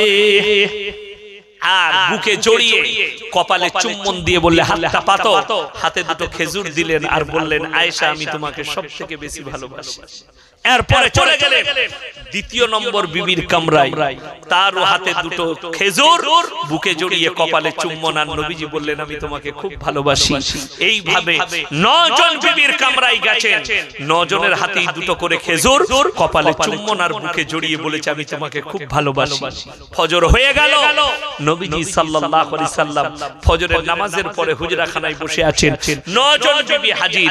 ইয়া রাসূলুল্লাহ আপনি বলেছিলেন ফজরের পরে বলবেন আমাদের 9 জনের মধ্যে কাকে বেশি ভালোবাসেন। নবীজি উত্তর দিলেন হে আমার বিবিরা শোনো, রাতের অন্ধকারে আমি যার হাতে দুটো খেজুর দিয়েছি, যার কপালে চুম্বন করেছি, আমি তাকেই বেশি ভালোবাসি। সব বিবিরা মনে মনে হাসছে, আমাকে বেশি ভালোবাসে। সাপও মরে গেল, লাঠিও ভাঙলো না, জোরে বলুন না সুবহানাল্লাহ।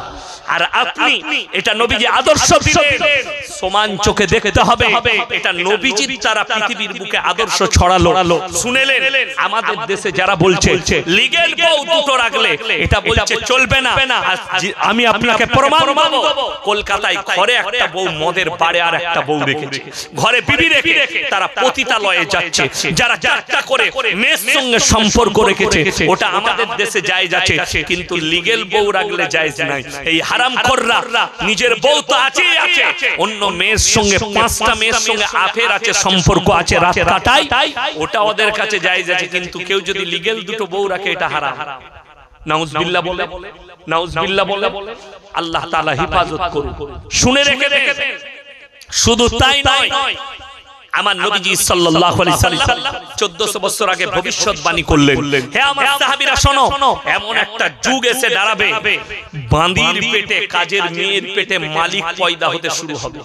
আজকে কিন্তু ভারত সরকার পার্লামেন্টে পাস হয়েছে, সুপ্রিম কোর্ট রায় দিয়েছে, নবান্ন থেকে সার্কুলার জারি হয়ে গেছে। খবর নেন আপনার নেতাদের কাছ থেকে, আমি মৌলভী ইয়াসিন বলে গেলাম, নবান্ন থেকেও শুধু নয়, গোটা ভারতবর্ষের যতগুলো রাজ্য আছে সব রাজ্য সার্কুলার জারি করে দিয়েছে কোন মেয়েরা পেট ভাড়া নিতে পারবে আর কোন মেয়েরা পেট ভাড়া দিতে পারবে। জোরে বলুন নাউজুবিল্লাহ। আমাদের দেশের একজন আর্টিস্ট, তার নাম আমি উচ্চারণ করব, কেন? সে মুসলিম আর্টিস্ট, তার একটা ছেলে পয়দা হয়েছে, জানেন কোথায়? কোথায়? তার বাঁদির পেটে 20 লক্ষ টাকা দিয়ে পেট ভাড়া করেছে, তার বীর্য নিয়ে তার পেটে ভরা হয়েছে, বাচ্চা হয়েছে। এই বাচ্চাটা নাজায়েজ বাচ্চা, হারাম বাচ্চা। কেন? মানুষের কাছে যখন অধিক পয়সা হবে, সম্পদ চলে আসবে, স্ট্যান্ডার্ডই চলে আসবে, তখন মানুষ ওটাকেই আধুনিকরণ মনে করবে। নিজের বিবিকে স্মার্ট রাখার জন্য, বিবির শরীরকে সুন্দর রাখার জন্য কাজের মেয়ের পেটে, রাস্তায় একটা বাঁধির পেটে, রাস্তায় ঘুরে বেড়ালো একটা পাগলের পেটে বাচ্চা নিবে, কিন্তু নিজের স্ত্রীর পেটে বাচ্চা নিবে না। ওই নাজায়েজ বাচ্চাগুলো সমাজে প্রকাশ পাবে। আমার নবী সাল্লাল্লাহু আলাইহি সাল্লাম সাহাবীদের সামনে বসে আছেন, মুসান্নাফ ইবনে আবু শাইবা 40 নম্বর হাদিস। নবীজি সাহাবীরা কেনেছিলেন, নবীজি বললেন হে আমার সাহাবীরা শোনো, কিয়ামতের পূর্বে মসজিদগুলো নামাজিতে ভরে যাবে, নামাজি ভর্তি হয়ে যাবে। সাহাবীরা বললেন চোখের পানি ফেলে ইয়া রাসূলুল্লাহ সেই নামাজিরা কেমন হবে? মুসান্নাফ ইবনে আবু শাইবা 40 নম্বর হাদিসে হাদিসটা নবীজি বর্ণনা করেছেন। সাহাবীরা বলছেন ইয়া রাসূলুল্লাহ সেই নামাজিরা কেমন হবে? নবীজি বললেন শোনো, তারা সুদ খাবে আর বড় বড় অট্টালিকা বাড়ি বানাবে আর তারা মসজিদ ভর্তি করে দেবে, কিন্তু তাদের নামাজ আল্লাহর বারগাহে কবুল হবে না। বড় বড় শপিং মল আর মার্কেট তৈরি করবে আর তারা সুদ খেয়ে নিজেদিকে বড় লোক বলবে আর তারা মসজিদে গিয়ে নামাজ পড়বে। এটা মুসান্নাফ ইবনে আবু শাইবা 40 নম্বর হাদিস। আপনার চোখ দিয়ে পানি আসা দরকার। এমন একটা যুগ আপনার সামনে আসতে চলেছে, আপনি অনুভব করতে পারবেন না।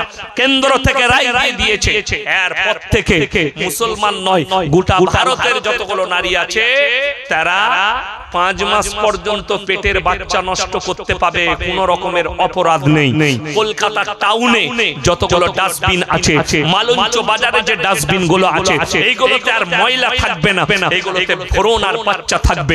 রাস্তাঘাটে ব্যভিচার করবে আর এরা অবাধে বাচ্চা নষ্ট করবে। আর ওই ডাস্টবিন গুলো হসপিটালের ডাস্টবিনে রক্ত আর পুষ থাকবে না, খালি ভ্রূণ পড়ে থাকবে। কুকুরের মতো রাস্তাঘাটে জিনা হবে, শুরু হয়ে গেছে। দেখিয়ে দেবো প্রত্যেকটা পার্কে জিনা চলছে, জিনা ঠিক বললাম না ভুল বললাম? যদি এটা মিথ্যা বলে থাকি আপনাকে আমি প্রমাণ দেব, মোবাইল খুলেন প্রমাণ পেয়ে যাবে। আজকে হাজার হাজার মুসলমান যুবক কলকাতায় পড়াশোনা করে, হোস্টেলে থাকে, তারা ঈমানও ধ্বংস করছে, নিজের যৌবনও ধ্বংস করছে। বড় কষ্টের বিষয়। ডাক্তাররা পরামর্শ দিচ্ছে, সরকার আইন করেছে 18 বছরের আগে মেয়েদের ছেলেদের বিয়ে দিতে পারবে না। ছেলেরা আপনারা জানেন, উলামারা জানে যারা আরবি কিতাব পড়েছে, আরবি কিতাবের মধ্যে আছে 9 বছর বয়স হলে একটা মেয়ে কিংবা ছেলে বালিগান করিবা, মানে বালিগ হব হয়ে যায়। যখন মেয়েটা 12 বছর বয়স আছে, ছেলে মেয়ে উভয়ই বাচ্চা ধারণ করার ক্ষমতা নিয়ে আসে। আজকে যারা বলছেন মুসলমান বারে বারে এই নাজিয়া ইলাহি খান হারামের औलाद ये बोलছে मुसलमान 12-12 साल के बच्ची को निकाह करते हैं और बलात्कार करते हैं। जोरे बोलুন नाउजुबिल्लाह। বিয়ে করলে কখনো বলাৎকার হয়? আমি কিন্তু আইন থেকে বেরিয়ে গেছি। আমি যখন বিয়ে করেছিলাম আমার স্ত্রীর বয়স ছিল 13 বছর 8 মাস। ডাক্তাররা পরামর্শ দিচ্ছে কি অল্প বয়সে মেয়েদের বিয়ে দিলে শরীর নষ্ট হয়ে যায়, তাদের রক্ত থাকে না, বাচ্চা পুষ্টিকর হয় না। বলে না বলে না? ডাক্তারের পরামর্শ দিচ্ছে, আমি দেখছি তো মোবাইলে ফেসবুকে তাদের অনেক ডাক্তারের বক্তব্য দিচ্ছি, পুষ্টিকর হয় না। আগেকার মানুষ মূর্খ ছিল, 9 বছরে বিয়ে হতো, 11 বছরে বিয়ে হতো। সেই হারামখোরকে কানটা ধরে নিয়ে এসে দেখাবো। আমার দাদি শাশুড়ির বয়স হয়েছিল, বিয়ে হয়েছিল ওই 11 বছর 8 মাস থেকে 12 বছরের মধ্যে। কার বললাম? আমার দাদি শাশুড়ি। 7টা বিটি। কটা বিটি বললাম? কথা বলে না? 7টা আর 2টো বেটা। 7 আর 2 কত? 9টা। মৃত্যুর আগের দিন পর্যন্ত চশমা লাগেনি। জোরে বলুন সুবহানাল্লাহ। মৃত্যুর আগের দিন পর্যন্ত অসুস্থ ছিল না, যা খেত তাই হজম হতো। ঠিক বললাম না ভুল বললাম? এরকম আমি নয়, এখানে হাজারো আমার বাপের বয়সী লোক বসে আছে। আমি বলবো আপনাদের বাপ দাদাদের বিয়ে ক বছর বয়সে হয়েছিল আপনারা ইমানদারির সঙ্গে বলবেন, ছোটতে না বড়তে? কথা বলে। তখন ব্যভিচার কম ছিল ওই কারণে, তখন জিনা কম ছিল এটার কারণে, তখন বলাৎকার কম ছিল এটার কারণে। আজকে বেড়ে যাওয়ার কারণ হচ্ছে 18 বছরে এরা বালিগ রেখে দিয়েছে। এই 12 বছরে বালিগ হওয়ার পর থেকে 13 বছরে পা রাখছে। যৌন চাহিদা এলে এরা অবাধে মিলামিশা করছে, অবাধে মিলামিশা আর জিনা করছে, জিনায় লিপ্ত হচ্ছে। আপনি যতই বলেন হুজুর শিক্ষিত, শিক্ষিতরাই তো জিনা করছে।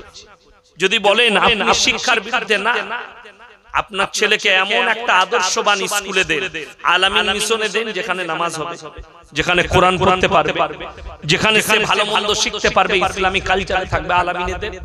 আপনার ছেলে আপনি যে জায়গায় দিচ্ছেন বেঈমান আর কাফের তৈরি হবে, জিনায় লিপ্ত হবে, সমকামিতে লিপ্ত হবে। যদি বলেন আপনি শিক্ষার বিরুদ্ধে, 100% না, অবশ্যই। আমার মেয়ে স্কুলে পড়ে, আমি কেন শিক্ষার বিরুদ্ধে হতে যাব?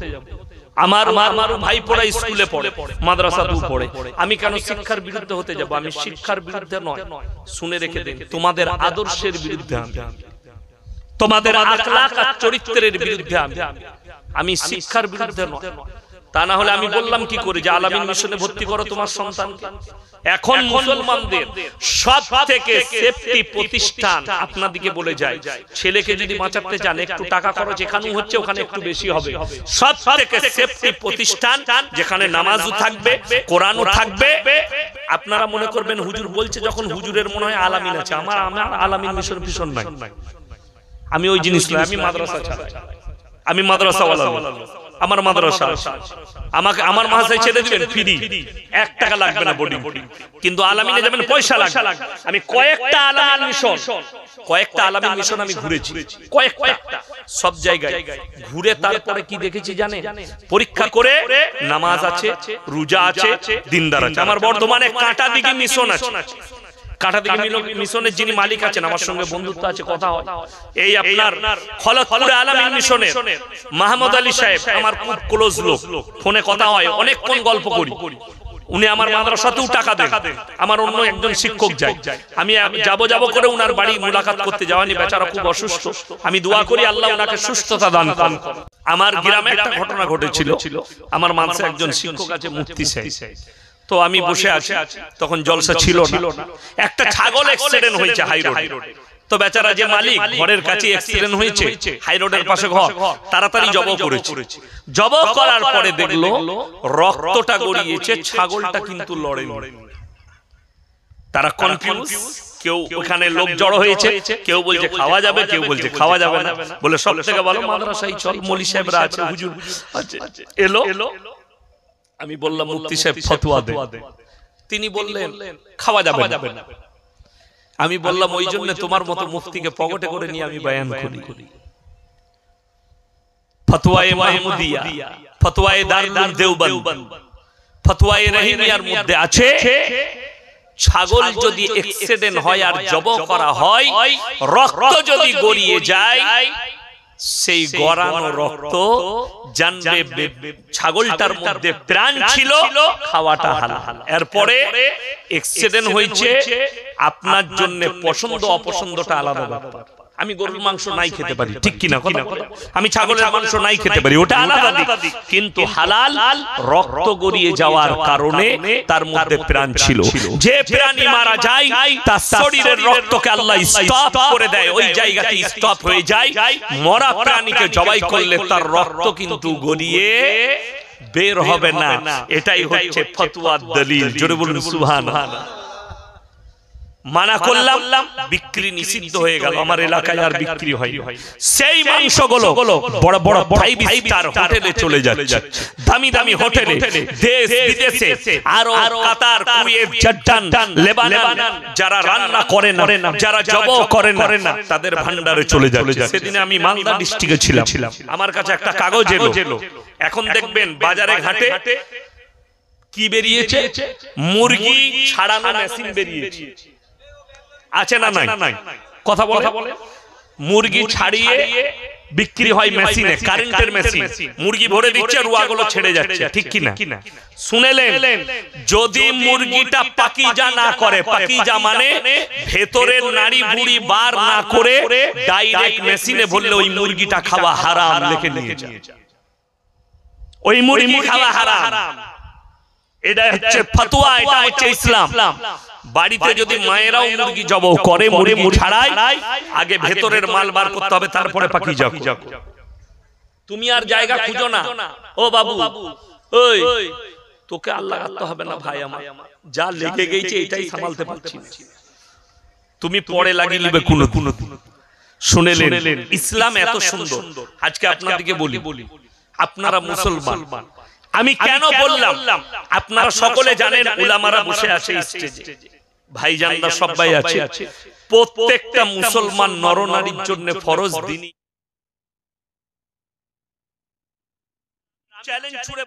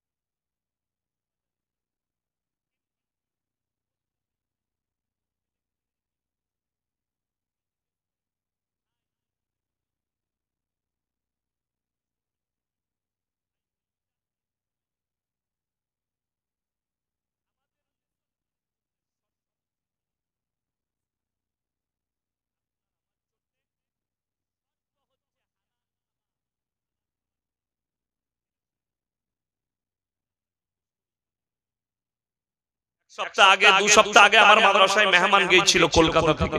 তো তাদের জন্য তার আগের দিনে আমি ফোন করলাম একটা মুসলিম ছেলেকে, তোমার দোকানে খাসির মাংস নেবো সকালে। বলে হুজুর আসবেন।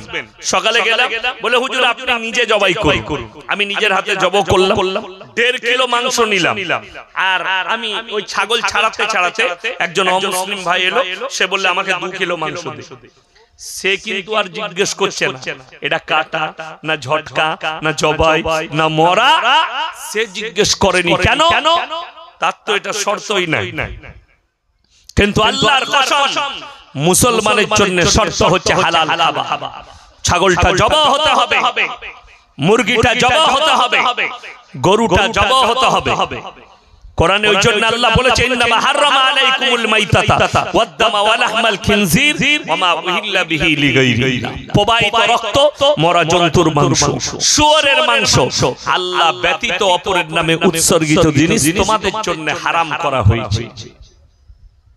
মরা জন্তু চলবে না, শুয়োরের মাংস চলবে না, আল্লাহ ব্যতীত অপরের নামে উৎসর্গিত জিনিস প্রাণী তোমাদের জন্য হারাম আল্লাহ করেছে, যে কোনো জিনিস। এটা কোরআন। আমার মুসলমান ভাই, আপনি মাংস কিনতে যাচ্ছেন, এটা তো বুঝলেন যে হালাল মাল খেতে হবে। আপনি জবাই করা মাল খাবেন, দোকানে গিয়ে বলছেন জবাই করা মাংস দিন, আর টাকাটা যদি সুদের হয় সেই একই মাল দাঁড়িয়ে গেল। আমাদের বর্ধমানের ছেলেরা গাড়ি চালায় লরি, শুনি দি মুসলমানদের অবস্থা। মুসলমানদের ছেলে লরি চালায়, আপনাদের দিকে বালি ফালি নিয়ে আসে, বর্ধমান থেকে বালি আসে না, বালি আসে, পাথর আসে, তো বালি পাথরের গাড়ি চালায়। হোটেলে দাঁড়িয়েছে, হোটেলে দাঁড়িয়ে ঢুকি বলে এক বোতল মদ দে, তো মদ খেয়ে নিল। মদ খাওয়ার পরে আবার হোটেলওয়ালাকে বলছে মুরগির গোশত আর রুটি দে। তো হোটেলের কর্মচারী মুরগির গোশত আর রুটি এনেছে, তখন তাকে জিজ্ঞেস করছে, বলছে এই মুরগিটা জবাই না কাটা? আর মার হারাম করকে জুতো করে, প্রথমেই হারাম চালিয়েছিস, ওটা আর জিজ্ঞেস করে লাভ আছে? কথা বলে, শর্ত তো হচ্ছে হারাম না খাওয়া। মদ তো আল্লাহ হারাম করেছেন স্পর্শ করা, জোরে বলুন সুবহানাল্লাহ। মদ তোমাদের জন্য স্পর্শ করা হারাম, তো প্রথমেই তো হারাম চালিয়ে দিলি। আপনি কিনতে যাচ্ছেন জবাই করা মাংস, টাকাটা সুদের, এই একই মাল দাঁড়িয়ে গেল। আমাদের মুসলমান বুঝে না হারাম হালালটা এই জন্য বুঝতে বলেছি। কেন? আমার আল্লাহ রাব্বুল আলামিন কোরআনে বললেন ওয়া হালাল্লাহুল বাইয়া ওয়া হারামার রিবা। দুটো ওয়ার্ডের মধ্যে হারাম হালাল বুঝালেন, জোরে বলুন সুবহানাল্লাহ। দুটো ওয়ার্ড, তোমাদের জন্য ব্যবসাকে হালাল করেছি, সুদকে হারাম করেছি, জোরে বলুন সুবহানাল্লাহ। সুদের হাদিসে নবীজি যে সুদের পাপগুলো বলেছেন, তার সবথেকে নিম্ন স্তরের পাপ বলেছেন নিজের মায়ের সঙ্গে 70 বার ব্যভিচার করার সমান গুনাহ, জোরে বলুন নাউযুবিল্লাহ। মুসলমানকে আল্লাহ হেফাজত করুন। আমি এটাই বলতে চাইছি যে শর্ত এই জন্যই রাখা হয়েছে, প্রত্যেকটা মুসলমান নরনারীর জন্য ফরজ দ্বীনি ইলম হাসিল করা। মুসলমান না দুনিয়াবি শিক্ষা নিলে দ্বীনি শিক্ষা নাই, দ্বীনি শিক্ষা আছে অতটাও করেনি, খালি জানে 10টা সূরা মুখস্থ কর, নামাজ পড়েন। 10টা সূরা মুখস্থ করলে মোটামুটি নামাজগুলো হয়ে যাবে।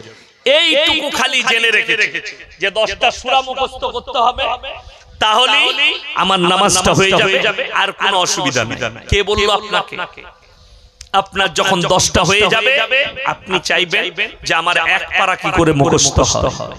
আপনি যখন নামাজ শিখে গেলেন, আপনাকে আর পর শিখতে হবে যে দিন। যারা মনে করেছেন নামাজটাই একমাত্র ইসলাম, নামাজ, রোজা, কালমা, হজ, যাকাত, তাসবিহ, তিলাওয়াত এটাই ইসলাম, রং জেনেছেন, এটা ইসলাম নয়।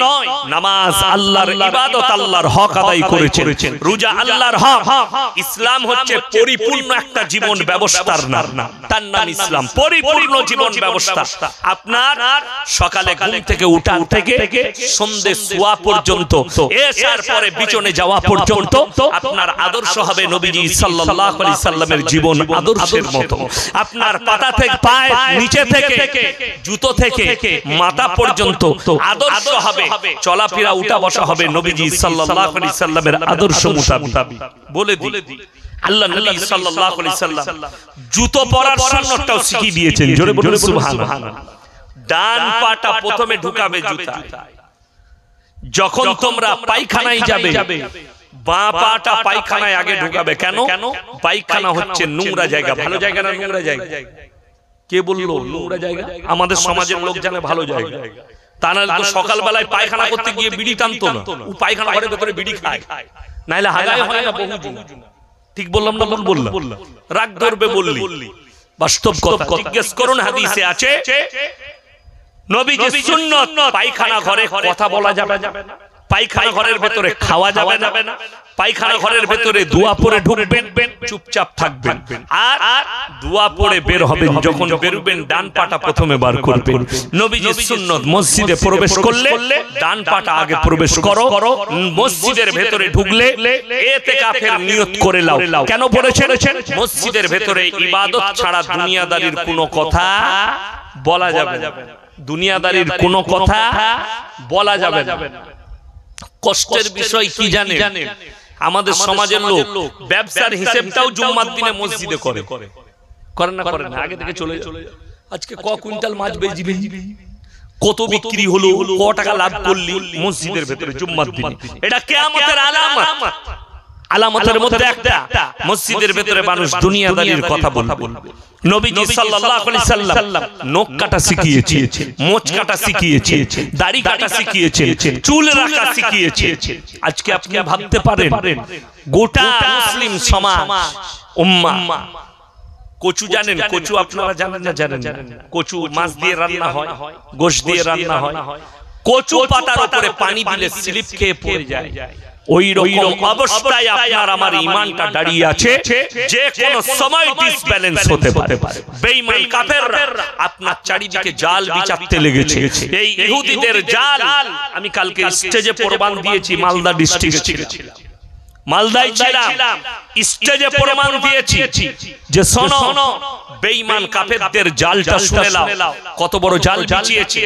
এখন দেখবেন বিয়েতে হোক, স্টেজে হোক, তাও তো আপনার 24 পরগনা, হাওড়া, হুগলি, মেদিনীপুরে কিছু আছে যে স্টেজে পানির গ্লাস নিয়ে আসে, জগ নিয়ে আসে। এখন তো অনেক জায়গায় পানির বোতল ধরিয়ে দিচ্ছে, ঠিক কিনা কথা বলে?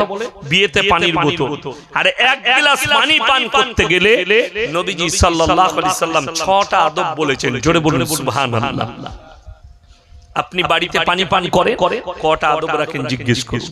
এখন বাড়িতে গ্লাস উঠে যাচ্ছে, পানির বোতলে পানি পান করছে। ইহুদিরা যেভাবে মদ পান করে ওইভাবে তোমরা পানি পান করো। সুন্নাত থেকে সরে আমাদের সমাজের কিছু লোক আছে নামাজ রোজা কেন করে? কেন নামাজ পড়তে চায় না?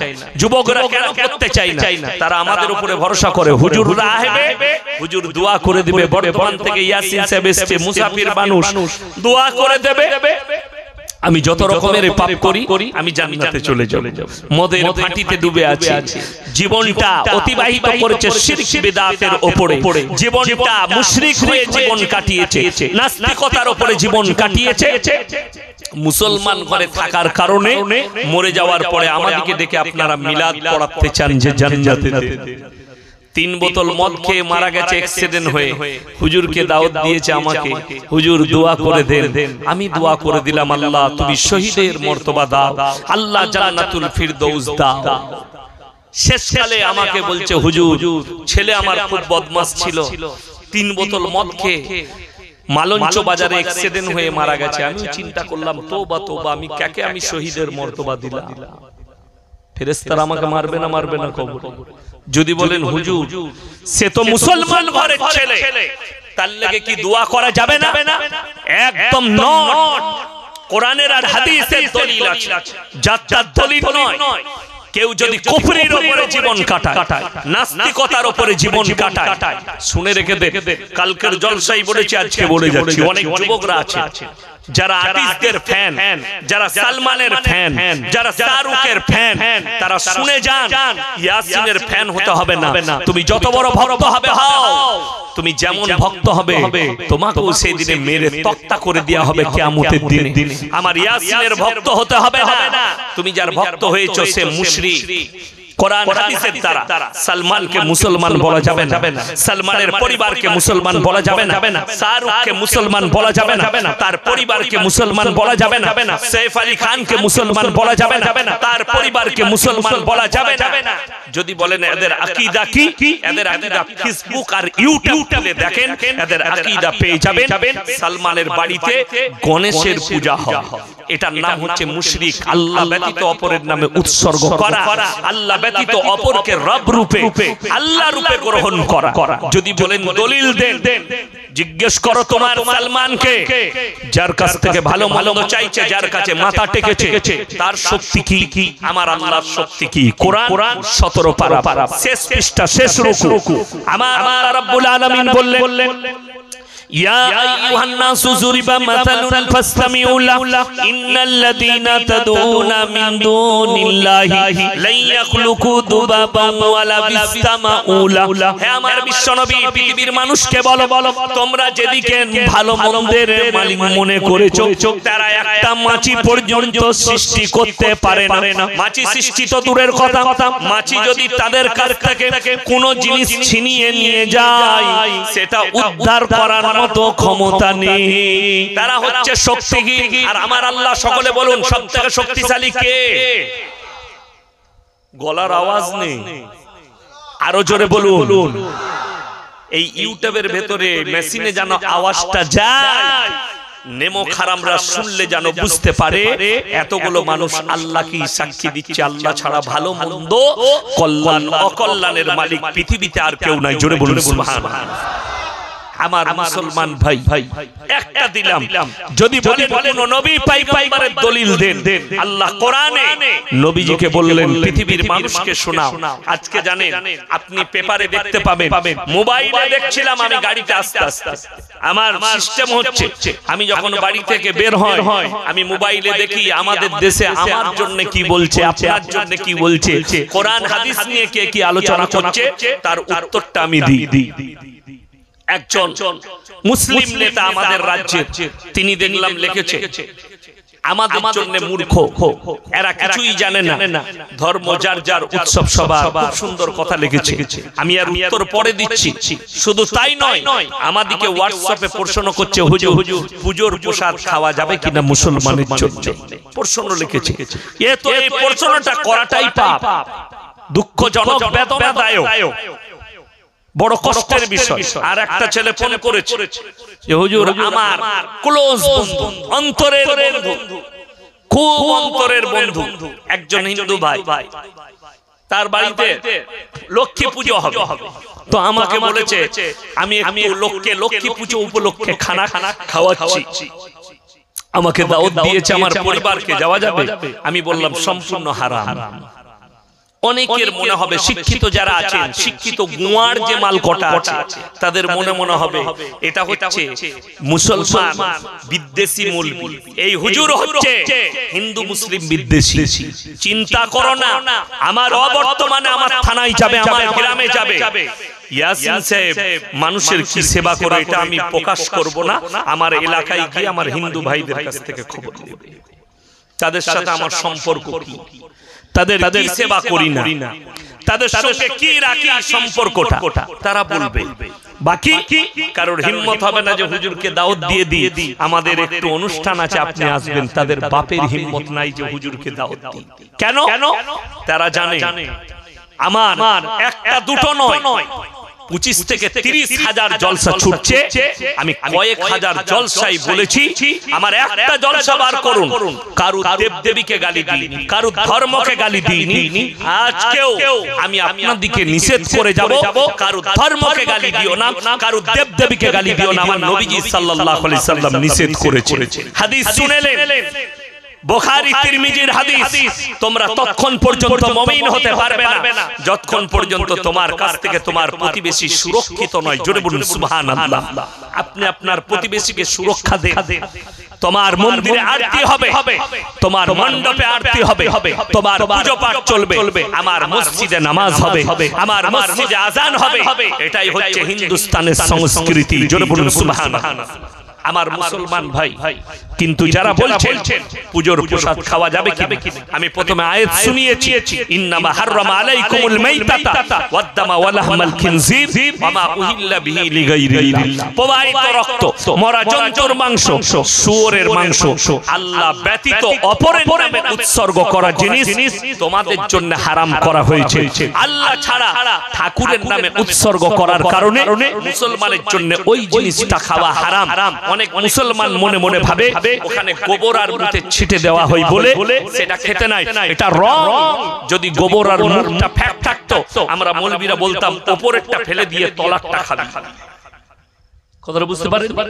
কিন্তু এটা ফ্যাক্ট নয়। আসল ফ্যাক্ট হচ্ছে আল্লাহ ব্যতীত অপরের নামে উৎসর্গ করার কারণে তোমাদের জন্য হারাম করা হয়েছে। আপনি আরো একটু আগে চলুন, আপনাকে বুঝাই। আমার আল্লাহ রাব্বুল আলামিন কোরআনে নবীজি সাল্লাল্লাহু আলাইহি সাল্লামকে বললেন, ওয়াজকুর ফিল কিতাবি ইব্রাহিম ইন্নাহু কানা সিদ্দিকান নাবিয়্যা। হে আমার বিশ্ব নবী, পৃথিবীর মানুষকে বলো ইব্রাহিম হচ্ছে আমার একজন সত্যবাদী নবী। জোরে বলুন সুবহানাল্লাহ। সিদ্দিক মানে হচ্ছে সত্যবাদী। হে আমার নবী, পৃথিবীর মানুষকে বলো তিনি তিনার আব্বাজানকে দাওয়াত দিচ্ছেন। ইব্রাহিম নবীর বাপের তিনটে কাজ ছিল। কটা বললাম? কথা বলেন কটা? তিনটে। এক হচ্ছে মূর্তি তৈরি করা, মূর্তি পুজো করা, মূর্তি বিক্রি করা। আমি একটা ফেসবুকে দেখলাম একজন খুব নাম করছে, একটা মুসলিম ছেলে ২৪ পরগনার মধ্যে কোথাও বাড়ি হবে, সে ভালো শিল্পী, সে মূর্তি তৈরি করছে। তো আমাকে একজন পাঠিয়েছে, হুজুর এটা কি ঠিক হবে? আমি বললাম সম্পূর্ণ হারাম, আর তার জন্য জাহান্নাম রেডি হয়ে আছে ইস্তেগফার না করা পর্যন্ত। আরো দলিল দেব একটা একটা করে, শুনে এটা। ইব্রাহিম নবী নিজের আব্বাজানকে দাওয়াত দিচ্ছেন। ইস ক্বালা লিয়াবিহি ইয়া আবাতি লিমা তা'বুদু মা লা ইয়াসমাউ ওয়া লা ইউবসিরু ওয়া লা ইউগনি আনকা শাইয়্যা। হে আমার আব্বাজান, আপনি কাদের উপাসনা করছেন? যারা হাত পা নাড়তে পারে না, কথা বলতে পারে না, যাদের কোনো নিজস্ব ক্ষমতা নেই। আপনি এই শয়তানের রাস্তা ছেড়ে দিন, আর একমাত্র আমার আল্লাহকে বিশ্বাস করুন, আমাকে নবী রূপে বিশ্বাস করুন। ইব্রাহিম নবীর বাপ इब्राहिम नबी के विश्वास करें, उत्तर दिए हमारे माबूदों के बारे में अगर और एक लफ्ज कहा तो तुमको पत्थर से मर्डर कर दिया जाएगा, তোমাকে মার্ডার করে দেয়া হবে। ইব্রাহিম নবী আল্লাহর কাছে কেঁদেছেন, আল্লাহ গো আমি বারবার দাওয়াত দিচ্ছি। আল্লাহ বললেন তুমি আবার দাওয়াত দাও, কিন্তু তোমার বাপকে কুটি কথা বলো না, তুমি দাওয়াত দিয়ে যাও। হিদায়াতের মালিক সকলে বলুন কে, আরো জোরে বলুন কে? আল্লাহ। তার প্রমাণ আরো লেন। যাদের মনে হচ্ছে ইয়াসিন ভাই আমার আগে আমার ছোট ভাইজান বয়ান করছিলেন, দেখা হয়নি, প্রথম দেখা হলো, আল্লাহ ওনার ইলমে বরকত দেখ, জোরে বলুন আল্লাহুম্মা আমিন। আল্লাহ হায়াতে বরকত দেখ। খুব ভালো বক্তব্য রাখছিল, গলা খুব ভালো, গজল খুব সুন্দর পড়েছেন। আমার পরে ভাইজান আসবেন আমি জানি। তো আমার মুসলমান ভাই যদি মনে করেন এই হুজুররা বয়ান করবে লোক হিদায়াত পেয়ে যাবে, তা আপনি রং রাস্তায় আছেন। হিদায়াতের মালিক আল্লাহ। আল্লাহ আমাদেরকে দায়ী করেছে, আমরা বলবো কোরআন হাদিস কথা বলার যোগ্যতা দিয়েছে, আমরা কথা রাখবো, আপনার কাছে বুঝাবার চেষ্টা করব। বাকি হিদায়াতের মালিক সকলে একবার জোরে বলুন কে? আল্লাহ। তার প্রমাণ শুনেলেন, বুখারী শরীফের riwayate আছে, আল্লাহর হাবিব সাল্লাল্লাহু আলাইহি সাল্লামের কাছে খবর এলো, ইয়া রাসূলুল্লাহ, ইয়া হাবিবাল্লাহ, আপনার চাচা জান অবস্থা খারাপ, মৃত্যু শয্যায় শুয়ে আছে। নবীজি গেলেন ছুটে চাচা জানের বাড়ি, আর গিয়ে দেখলেন চাচা জান মারা যাবে। নবীজি দাওয়াত দিচ্ছেন, ওগো আমার চাচা, একবার কলমাটা পড়ে নিন, একবার বলুন লা ইলাহা ইল্লাল্লাহ, আমি আপনার জন্য আল্লাহর কাছে কেঁদে কেঁদে ক্ষমা চাইবো। নবীজি চাচা বললেন, আমি যদি বার্ধক্যে কলমা পড়ি লোকে বলবে মৃত্যু ভয়ে কলমা পড়েছে, হে আমার ভাইপো আমি কলমা পড়তে পারবো না। হায় হায় হায় হায়। নবীজি চাচা কলমা পড়লেন না, মৃত্যুবরণ করলেন, দুনিয়া থেকে বিদায় নিলেন, চলে গেলেন।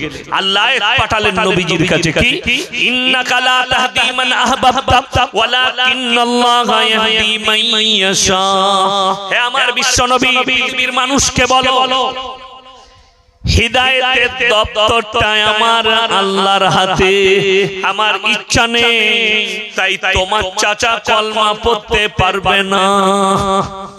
নবীজি নিজের চাচাকে কলমা পড়াতে পারলেন না, আর আপনি বলছেন বর্ধমান থেকে ইয়াসিন হুজুরকে দাওয়াত দিয়েছি, জান্নাতে চলে যাব, তুমিও কেলানি খাবে আর আমিও মার খাবো।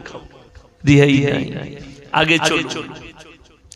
এরপরে চলুন নবীজি আল্লাহকে বললেন, ওগো আল্লাহ, তুমি আমাকে যতদিন না নিষেধ করছো আমি আমার চাচার জন্য তোমার কাছে কেঁদে কেঁদে ক্ষমা চাইবো। আল্লাহর নবী কাঁদতে লাগলেন, কার জন্য? নিজের চাচার জন্য। এরপরে আল্লাহ কোরআন পাঠালেন, আল্লাহ নিষেধ করছেন, মা কানা লিন নবী ওয়াল্লাযীনা আমানু আইয়াস্তাগফিরু লিল মুশরিকিন ওয়ালাউ কানু লি কুরবা। হে আমার নবী এবং মুমিনরা শোনো, আল্লাহ এখানে শুধু নবীকে নসিহত করেননি, নবী এবং মুমিনদের জন্য উপদেশ। তোমরা শুনে নাও, যারা মুশরিক হয়ে মারা গেছে তাদের জন্য দোয়া করো না, যদিও তারা তোমাদের নিকটতম আত্মীয় হয়। নবীজির হাত নেমে গেল, চোখের পানি বন্ধ হলো। নবীজিকে আল্লাহ নিষেধ করলেন, হাত নামাও।